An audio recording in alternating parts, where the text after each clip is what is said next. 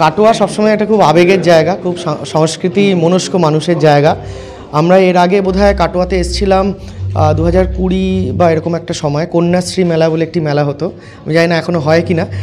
সেখানে এসেছিলাম, সেখানেও দেখেছিলাম মানুষের ভীষণ একটা আবেগ ছিল।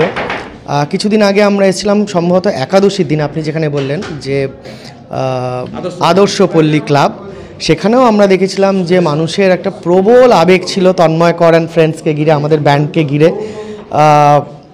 এরপরে তার মধ্যেই আবার জাস্ট 2 মাসের মধ্যে আমরা আবার এসেছি কাটোয়া সবলা মেলা, এবং আমরা যখন কাটোয়া সবলা মেলায় আসবো এই কথাটা অ্যানাউন্স হয়েছে এখানে, তারপর থেকেই আমাদের যে ইউটিউব চ্যানেল তন্ময় কর অ্যান্ড ফ্রেন্ডস বা আমাদের ফেসবুক পেজ এই তন্ময় কর অ্যান্ড ফ্রেন্ডস, সেখানে প্রচুর আমরা মেসেজ পেয়েছি, প্রচুর কমেন্টস পেয়েছি যে দাদা আমরা ওয়েট করছি তোমাদের জন্য, কাটোয়া তোমাদের জন্য ওয়েট করছে।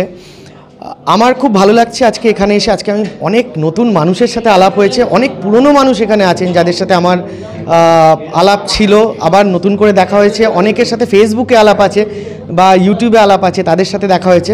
আমি নিজেকে খুব লাকি মনে করছি এই জন্য যে আজকে বছরের শেষ দিন, 2023-এর শেষ দিন, এবং গানে গানে আমরা নতুন বছরকে পাবো, এবং সেই সুযোগটা পেয়েছি আমি কাটোয়াতে, কাটোয়াবাসীর সাথে আরও আশেপাশের মানুষের সাথে তন্ময় কর অ্যান্ড ফ্রেন্ডসের গানে গানে নতুন বর্ষকে বরণ করা হবে। এটা আমাদের কাছে অনেক সৌভাগ্যের ব্যাপার। আমি জানি না মানুষের কাছে কতটা সৌভাগ্য, কিন্তু আমাদের কাছে ভীষণ সৌভাগ্য যে আমরা কাটোয়ার এই সংস্কৃতি মনস্ক মানুষের সাথে একসাথে নতুন বর্ষকে 2024-কে বরণ করতে পারবো। 31 ডিসেম্বর চারিদিকে কলকাতা বা যদি আমরা বড় শহরে দেখি সেখানে ডিস্কো গান বা আধুনিক আরো যে গানগুলো রয়েছে, আজকে কি আপনার গানের মধ্যে সেই বর্ষবরণের এটা পাওয়া যাবে? মানুষ আনন্দ করতে দেখুন, আমরা যেটা করছি আমাদের একটা লক্ষ্য বলতে পারেন যে বাংলা গান আস্তে আস্তে কিন্তু আমাদের,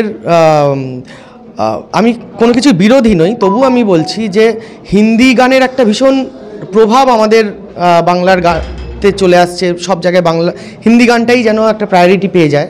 বিশেষ করে এই যে আপনি বললেন কলকাতায় ডিজে বা যে ধরনেরই হয় সেখানে, ওয়েস্টার্ন থেকে শুরু করে, ভাষার সাথে আমার নেই, তবু বাংলার যে লোকগান আছে সেটার কিন্তু দুই বাংলারই, আমি বলবো এপার বাংলা ওপার বাংলা, বাংলায় যে লোকগান আছে সেটা কিন্তু একটা বিশাল খনি, যেটা মানুষের একদম অন্তরের গান, মানুষের একদম মাটির থেকে উঠে আসা গান।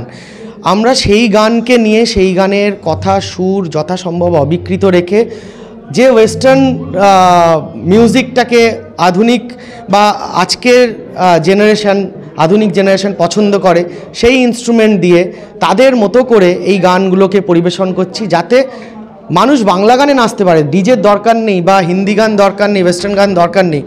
আপনারা তো আজকে আমাদের শো দেখবেন, আমার মনে হয় যে বাংলা গানে যে নাচ, যে আনন্দ, যে ফুর্তি আছে, সেটা মানুষ কোথাও বোধহয় বুঝতে পারছে না।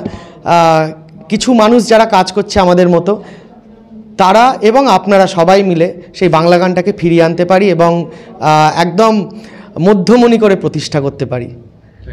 Thank you.